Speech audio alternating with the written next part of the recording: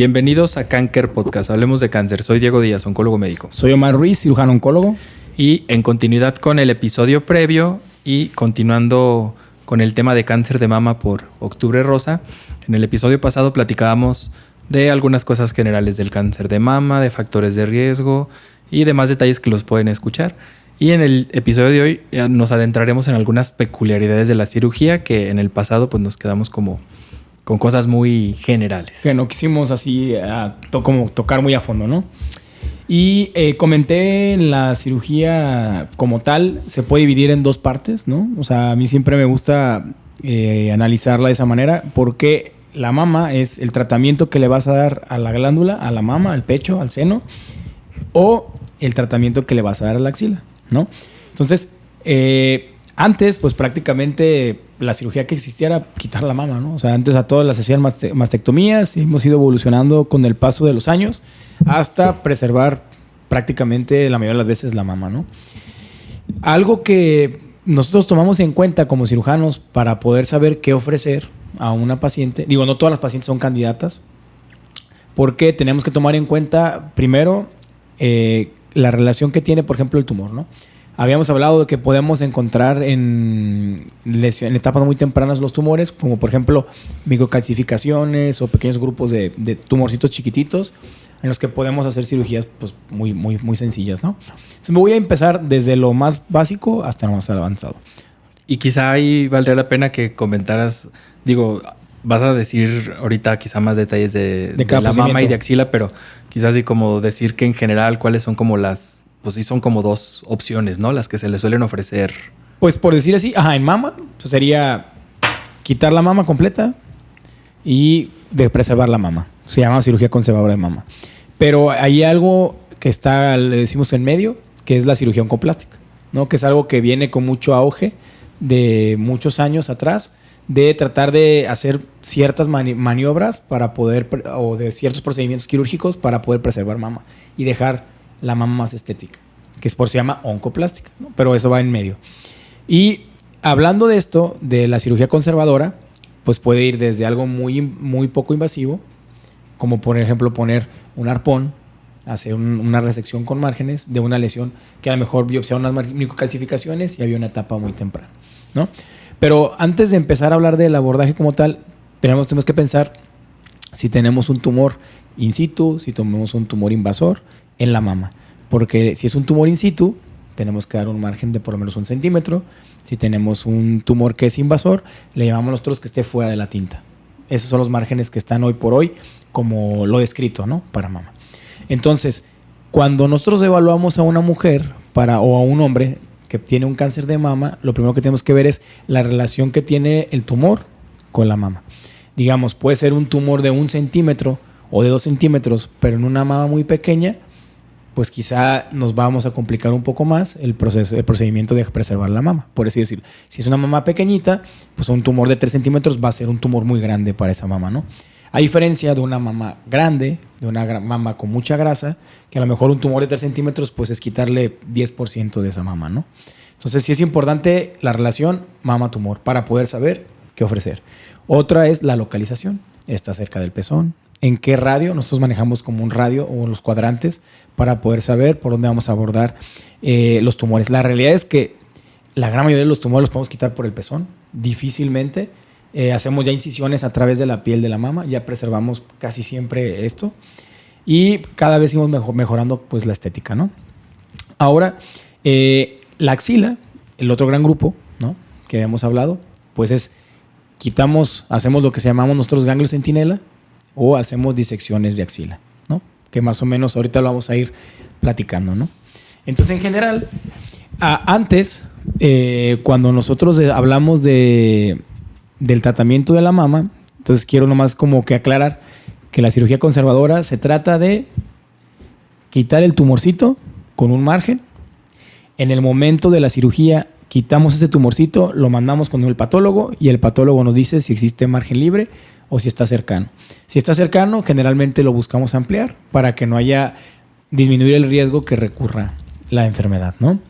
Y si es una cirugía de una mastectomía, pues bueno, eso no lo realizamos habitualmente.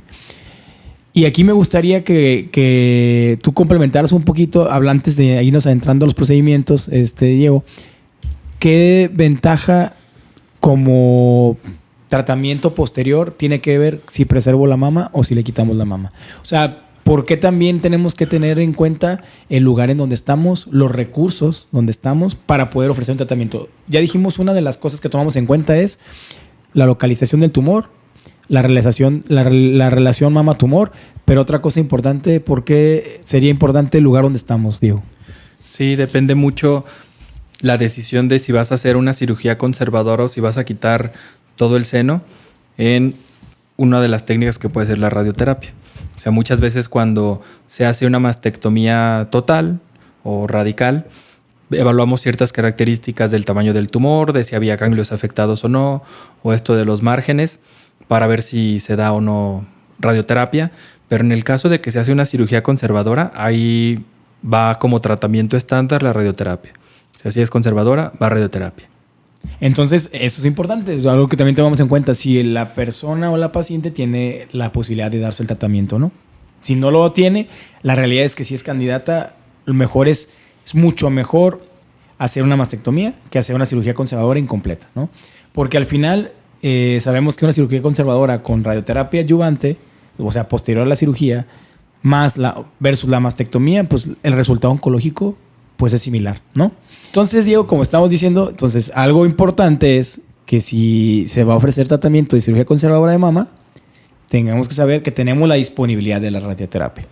Si no tenemos esto, pues tenemos que considerar, pues a lo mejor hacer un tratamiento como una mastectomía, ¿no?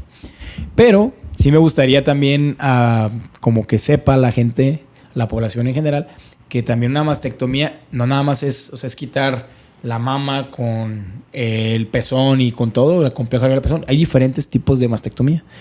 En la actualidad, antes era quitar la mastectomía radical, convencional era quitar la mama con el complejo areolar del pezón, con los ganglios. En la actualidad, las mastectomías, ya hay mastectomías subcutáneas totales, o sea, en las que quitamos a través, inclusive de por debajo del pezón, hacemos incisiones de 5 o 6 centímetros, máximo 5 centímetros, y hacemos la mastectomía completa, preservadora de la piel y del complejo areolar del pezón. Eso es algo que es importante porque esto nos permite, en aquellas pacientes que no van a llevar radioterapia, que es una de las ventajas de la mastectomía, reconstruirlas en el momento de la cirugía, ¿no? Entonces, esa paciente que, por eso al final no es tan sencillo el tratamiento de la cirugía. Lo que platicábamos con Daniel, ¿no? Que es muy complejo. Entonces, a estas pacientes también se les puede hacer la mastectomía y podemos, en el mismo momento de la cirugía, colocarles los implantes. ¿Sale? Entonces, algo importante, ¿no? O sea, no es tan sencillo, no es tan fácil el ofrecer un tratamiento a una paciente. Y otro grupo que también es, creo que de los controversiales, Diego, que no, o sea, sabemos que existe un grupo, lo decía Daniel, que un 10-15% de los pacientes tienen trastornos hereditarios, ¿no? Un BRCA1, BRCA2. Y existe aquí un término que sí me gustaría que a lo mejor lo mencionaras, mastectomía reductora de riesgo. Sí, yo creo que ahorita lo podemos tocar, si quieres, como en la parte como de si existe cirugía curativa. Okay. Y donde hablamos de la cirugía... Más bien preventiva, ¿no? Ajá, preventiva, perdón. Para hablar como de este tipo de cirugía. Y antes de pasar a eso, una pregunta importante que quizá es algo que siempre, o sea, que se puede preguntar la paciente cuando está enfrente y que le estás explicando estas opciones. En el entendido o suponiendo de que no hay limitación de recursos o de que en tu institución o donde trabajas puedes ofrecer cualquiera de estas técnicas quirúrgicas, ¿el resultado oncológico es el mismo? Es decir, ¿su pronóstico por el tratamiento cambia entre una y otra? Entre cirugía conservadora y mastectomía no.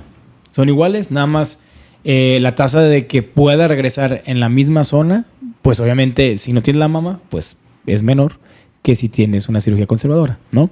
Pero esto no impacta en la sobrevida.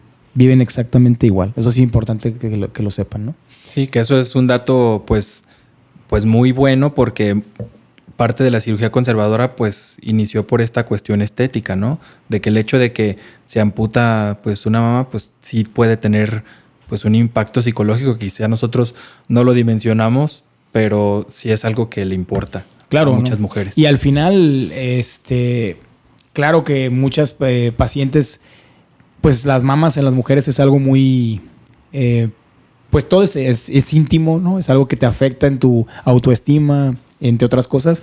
Por eso es que ha ido tanto evolucionando la cirugía en mama, ¿no?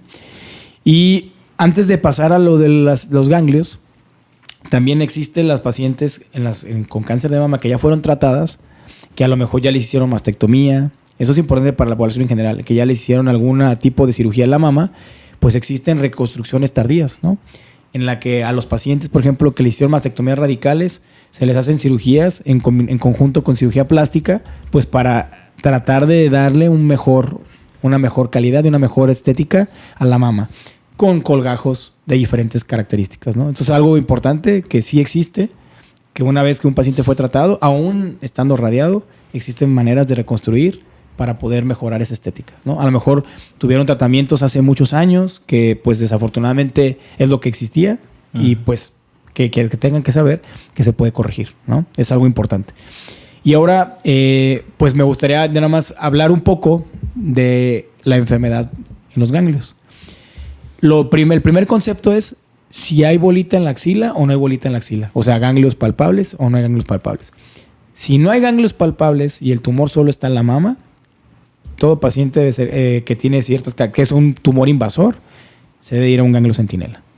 Si tienes un paciente con un tumor en la mama invasor y ganglios palpables, este paciente ya no es candidato a ganglio centinela. Es candidato a las alternativas que hemos comentado con Daniel y contigo, de dar un tratamiento a lo mejor antes y buscar después hacer ganglio centinela. O, en su defecto, hacer disecciones de axila. Claro, que ese sería como que el escalón, no el de primera instancia, ¿no? Y la otra es aquel paciente que le dieron tratamiento a ese ganglio, respondió el ganglio y hacemos un ganglio centinela reverso. Buscamos, en ese estamos obligados a quitar al menos 3 ganglios centinela. Y si me dicen, ¿qué es un ganglio centinela? Pues si tenemos una mama y la mama la partimos, tiene un drenaje muy característico linfático, generalmente va a la axila. El primer ganglio que drena la zona de la mama afectada, donde está el tumor, es el ganglio centinela. Todos tienen ganglio centinela. No quiere decir que si tienen un ganglio centinela tienen tumor, pero lo importante es estudiar ese ganglio para saber si hay células que hayan viajado del tumor a la axila. Y de ahí podemos partir a diferentes otros escenarios, ¿no? La realidad es que cada vez hacemos menos disecciones radicales de axila. ¿Qué es una disección radical de axila?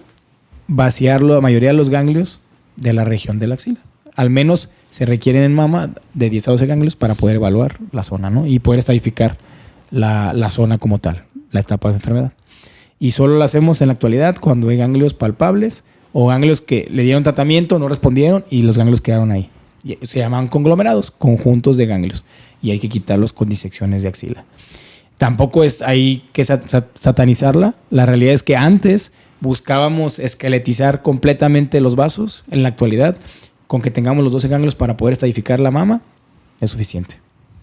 Sí, no creo que ese punto que dices de no satanizarla, pues está bien, porque pues a fin de cuentas en el tratamiento que buscas es pues un tratamiento curativo, ¿no? Si estás ofreciendo esta cirugía a mama y axila, es un tratamiento con fines curativos.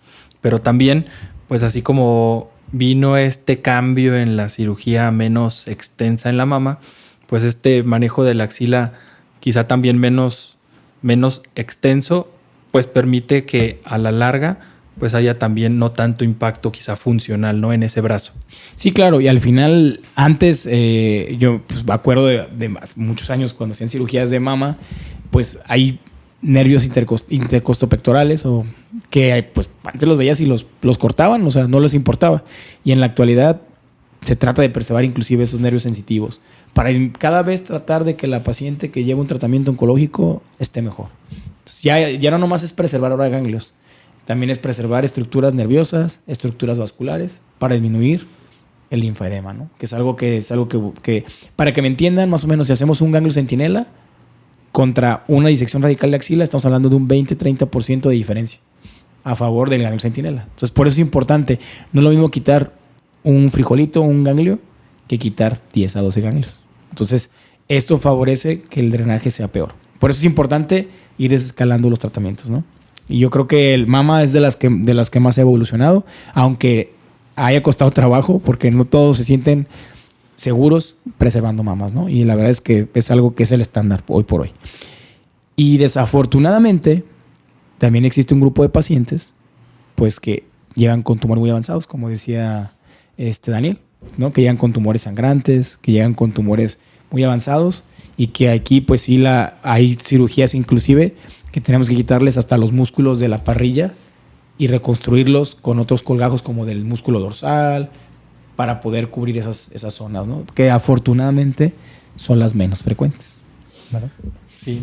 Y bueno, además de todos estos avances en la cirugía, también parte del tratamiento sistémico que reciben antes o después, lo de las quimioterapias, las terapias orales, o dependiendo de cada tipo de mama, de cada tipo de cáncer, perdón, y de las características de la paciente, pues esto también ha hecho que el pronóstico mejore a largo plazo. Entonces, entre la combinación de los avances de la cirugía, los avances en el tratamiento sistémico y los avances en la radioterapia, pues esto ha permitido también que las mujeres con un tratamiento adecuado por un equipo multidisciplinario tengan un buen pronóstico a largo plazo, y cada vez vemos más el impacto de cuidar la calidad de vida, cuidar las cuestiones funcionales y pues que tenga una vida normal. Y fíjate, yo aquí agregaría, Diego, a los de radiología, a nuestros compañeros de imagen que fungen un papel muy importante, uno para los estudios de tamizaje, otro para los estudios de seguimiento, pero con esta ventana de tratamientos que mencionaba Daniel en el previo podcast, ¿no? Que lo pueden revisar, respuestas del 80%, o sea, que se borra el tumor, ¿no? Entonces, si se preguntarán, ¿y cómo encuentra el cirujano ese tumor que ya se borró? Esa es la importancia de hacer un manejo multidisciplinario, porque aquí es donde los radiólogos intervencionistas en mama colocan clips donde está el tumor antes de dar tratamiento.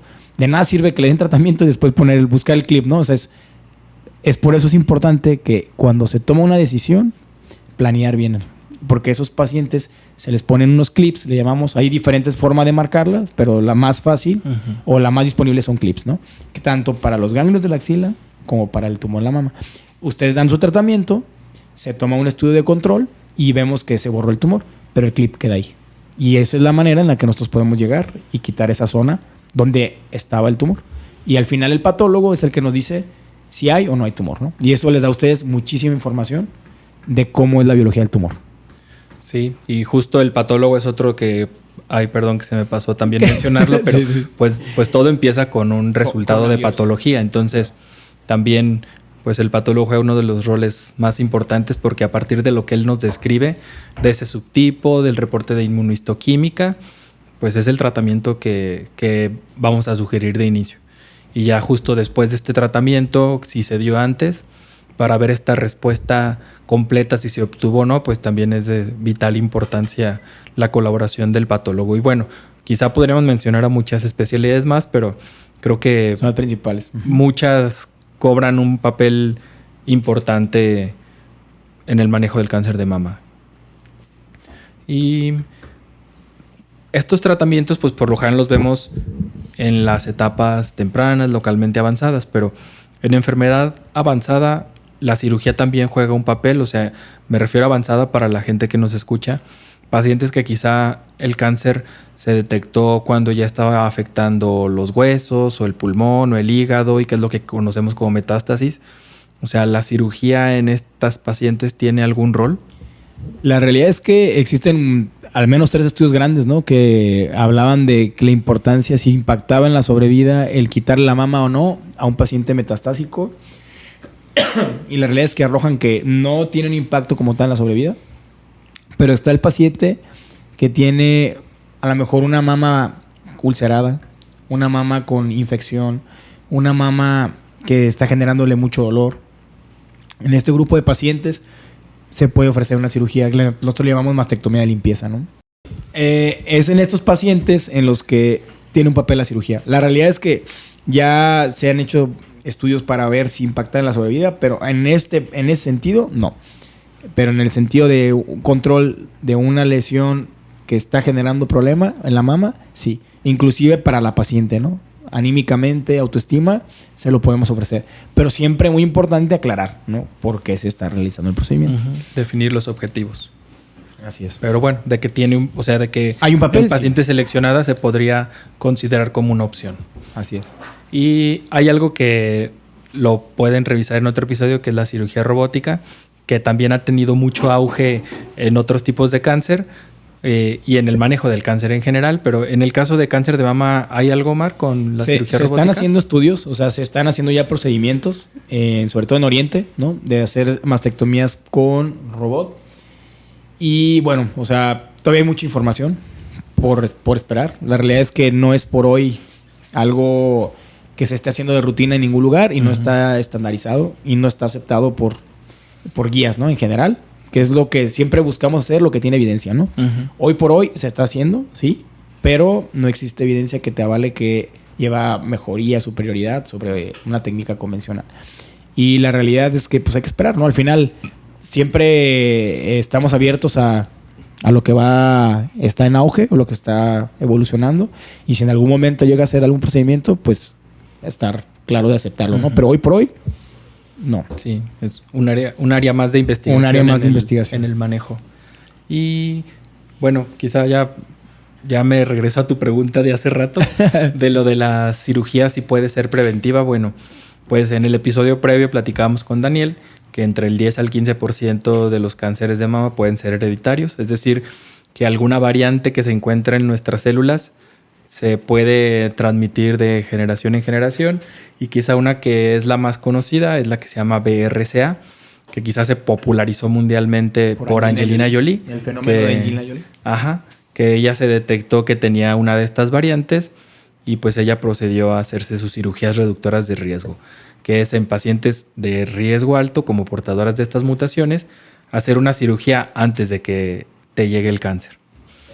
Y aquí pues están las cirugías para mama y para ovario principalmente, que este BRCA pues se asocia a estos dos sitios, ¿no? Estómago, también tienes los de caderina. Pero bueno, hay algunos, pero muy poquitos, o sea, muy seleccionados, ¿no?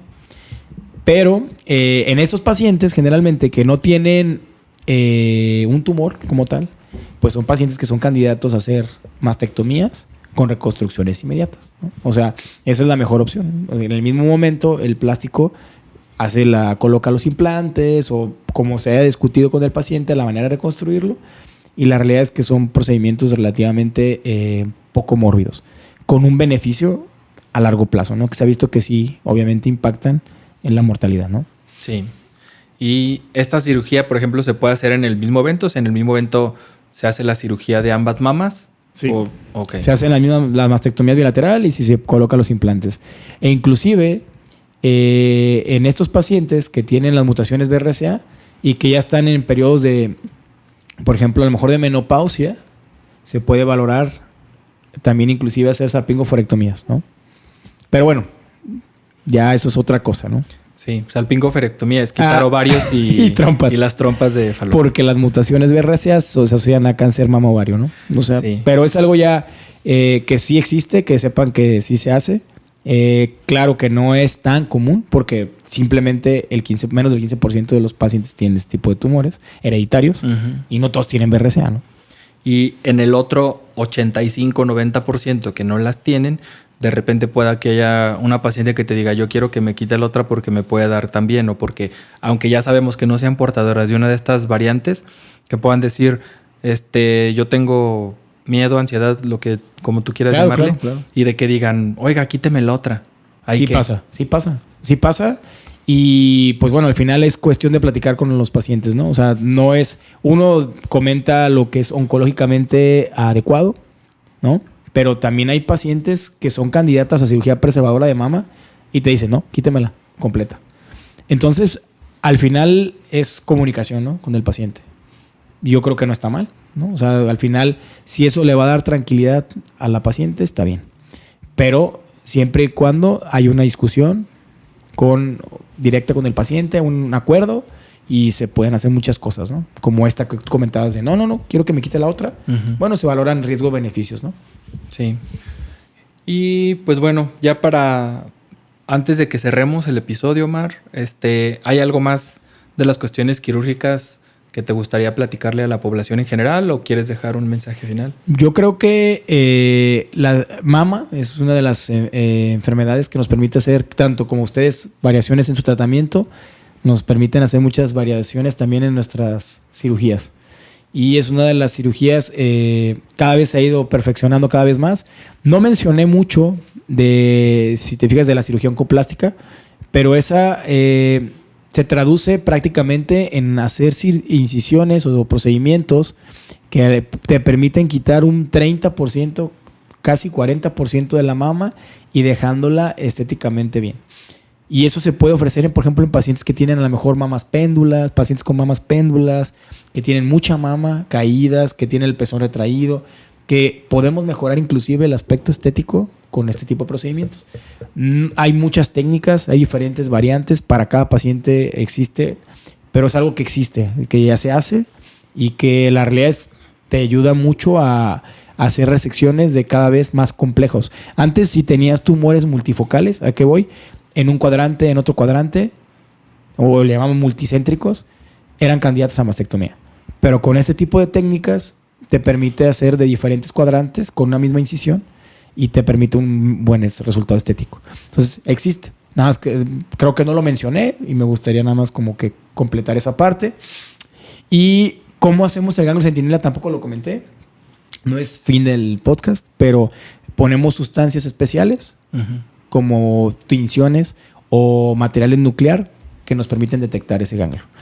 Y ya, o sea, obviamente no es la intención, ¿no? Especificar cómo, pero esa es la manera que nosotros podemos visualizarlo, con tinciones y con algún material nuclear. Y yo creo que eso sería prácticamente pues todo la cuestión quirúrgica. Ok, súper bien. ¿Y pues quieres dejar algún mensaje final? O? Yo creo que la mejor cirugía o la mejor opción quirúrgica para cada paciente es la que se platica en conjunto, ¿no? O sea, tanto con la paciente, con el equipo multidisciplinario, para ofrecer la cirugía que ofrezca el mejor resultado oncológico y el mejor resultado estético. Súper bien. Y recuerden que este podcast es informativo. Si desean más información o que hablemos de algún tema en especial, escríbelo en comentarios. Bajo cualquier síntoma de sospecha, acude con un especialista certificado. Siempre hay algo que hacer. En Canker, tu lucha es nuestra lucha. Síguenos en nuestras redes sociales, @canker.oncología, en Facebook e Instagram y TikTok.